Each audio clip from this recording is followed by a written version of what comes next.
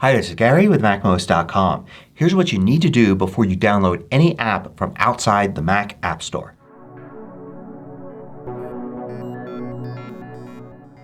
MACMOST is brought to you thanks to a great group of more than 1,000 supporters.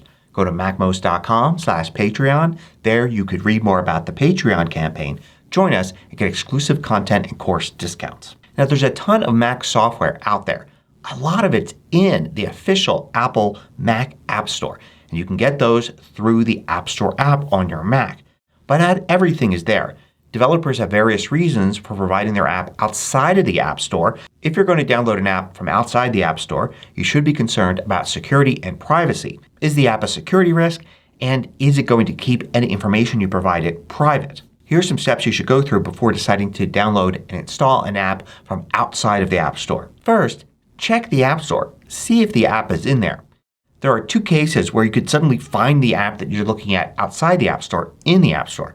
One is the developer may actually be providing it through the App Store.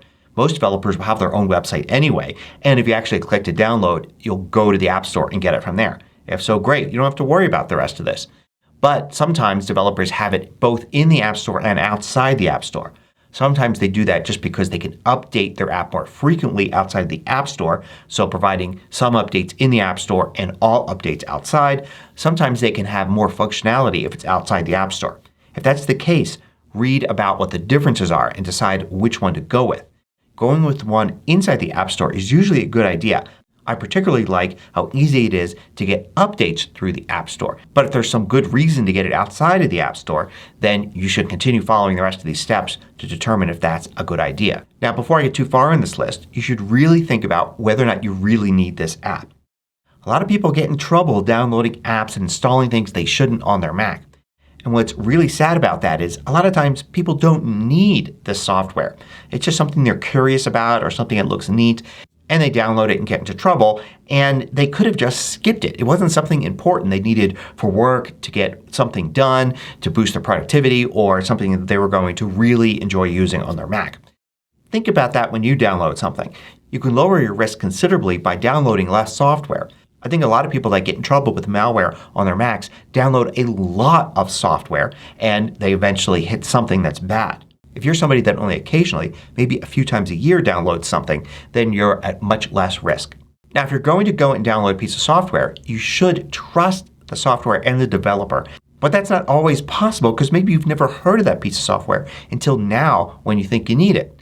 So what do? Well, just start simple with the web search. Search for the name of the software. Go and search for things like is it good? Look for reviews. Just see what comes up. You're not looking for any one site or source specifically. You're looking to get a general idea. How many different publications talk about it? How many have reviews? Are there any mentions of trouble? Look for different sites, especially ones that you might recognize and trust, and see what they have to say about it. What they have to say about it may be talking about a technique that's interesting in the app or some little thing that it's good for. And it's good maybe to see a mention from 3 years ago saying this app is useful in some case. That shows that it's got a history and that some other sites and people trust it. Also, look for it on Wikipedia. If the software's been around a long time and a lot of people use it, chances are there's a Wikipedia page for it. And you can be sure that if people have security or privacy problems that somebody's probably mentioned it here. If it's just a simple description of the product and maybe a little bit of history, then that's a good sign.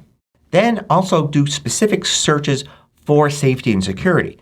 Search for the name of the app and security issues or privacy issues. Now finding a couple bad things here or there may not mean that you have to completely avoid the app. If an app's been around long enough and it's popular enough, then probably there have been issues over time. And if you can find out the developer has addressed them, that's actually a good sign.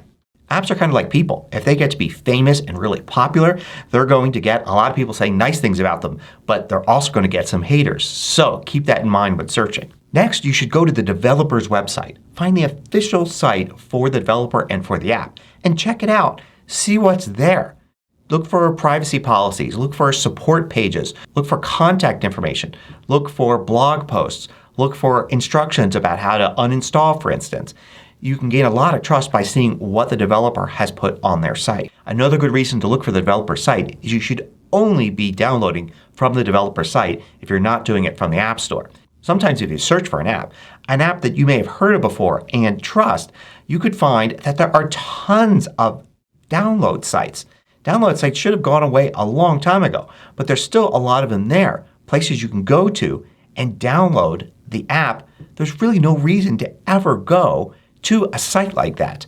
Go to the official site for that developer, which hopefully should be near the top of the listings, and download only from them. One of the main ways people get in trouble is when they trust the app, but then they download from a site that they shouldn't trust. And what they're getting is not really the app. It's an altered version of the app, or maybe not the app at all, and they've just installed malware. Now if your research shows that the app isn't that popular, maybe you don't find that much information about it, maybe you still don't trust it even after searching around, one of the things you can do is look for an alternative.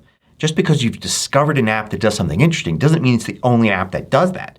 Maybe look in the Mac App Store and find out if there's another app that does that. Search the web too. Maybe there's a really popular app that's easier to trust that does what you need. And finally, ask your peers. If the app is for a specific industry, like say a graphics app and you're a graphic artist, or say a music app and you're a music creator, then ask the other people in your industry. You probably have places online that you go to talk to other people that do the same things that you do. You can get advice from them. You can see what they're up to. Ask them about this software.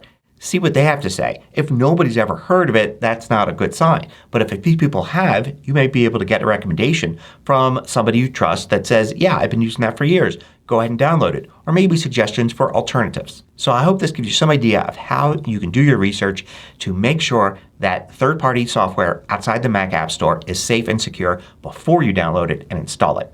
Thanks for watching. If you liked this video, click the thumbs up button below to let me know. I publish new tutorials each weekday. Hit the subscribe button so you don't miss out.